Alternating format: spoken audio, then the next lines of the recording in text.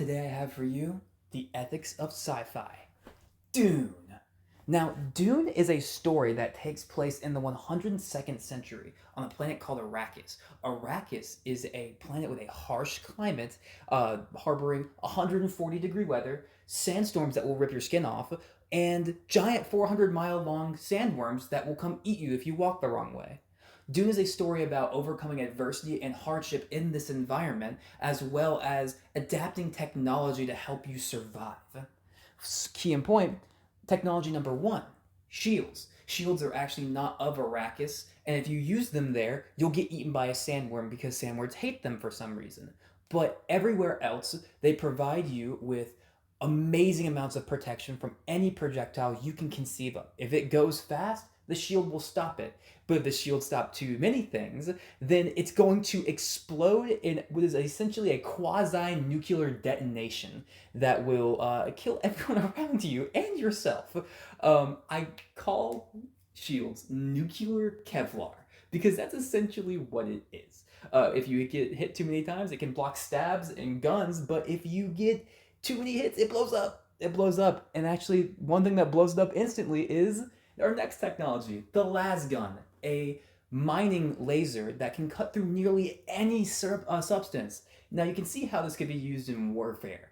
It's depicted in the movies and the books as being able to cleave clean through 100-meter long ships in a single instance and blow them up.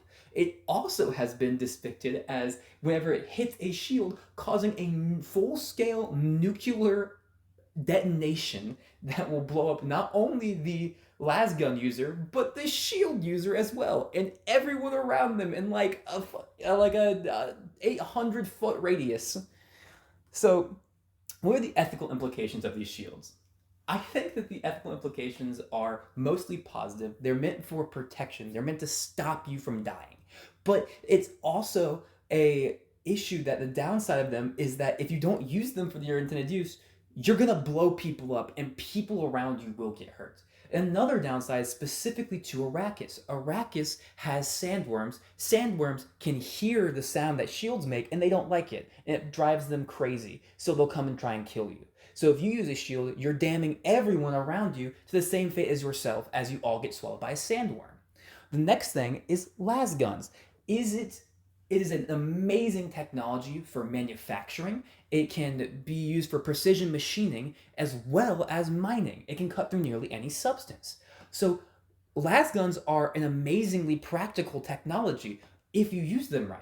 But the thing is, in a society where shielding can be put on anything, on buildings and on people, a single misuse of a lasgun leads to the devastation of an entire city. So the ethical connotations are there that you can use it for gathering resources, or if you use it wrong by accident, you hurt everyone around you for hundreds of years because radiation is going to stay around for a long, long time.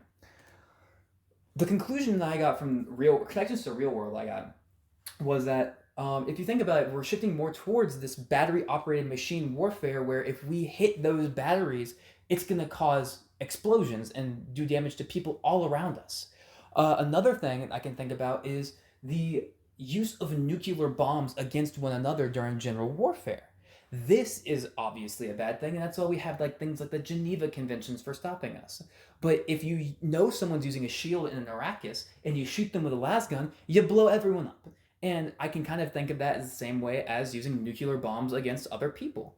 And then another thing is drawing the line at military hardware. At what point do we stop equipping our soldiers with things that are going to kill them if we use them wrong? Like, are we going to equip a shield to them that if they just so happen to be using a laser gun used for mining, that we blow up an entire platoon? You know, at what point do we keep the military surplus analog so that we don't hurt our people if there's like EMPs or if there's laser guns, you know? And my perspective and conclusion on this is that, lucky for us, Dune has something like the Geneva Conventions already in it. It has some things made by the Emperor to say, we aren't going to use nukes against each other. We're going to try not to use lasguns against each other if we know we're using shields. But that falls under the nuclear category. They basically were trying to find ways to stop us from killing each other so efficiently. Um, and taking similar precautionary measures in real life are things we do already, like the Geneva Conventions for like mustard gas or for causing undue suffering onto people as we're fighting them. They recently banned blinding lasers because we don't want to just blind people forever. I think Dune offers us an amazing insight as technology advances in either direction, how they can end up clashing in such a way that causes devastation to everything around them. And then it makes us have to think of how to build those technologies in such a way that they won't clash and they won't make nuclear explosions or like anything of that regard. But thank you for listening to my presentation about Dune. I love this movie and I love this book. And seriously,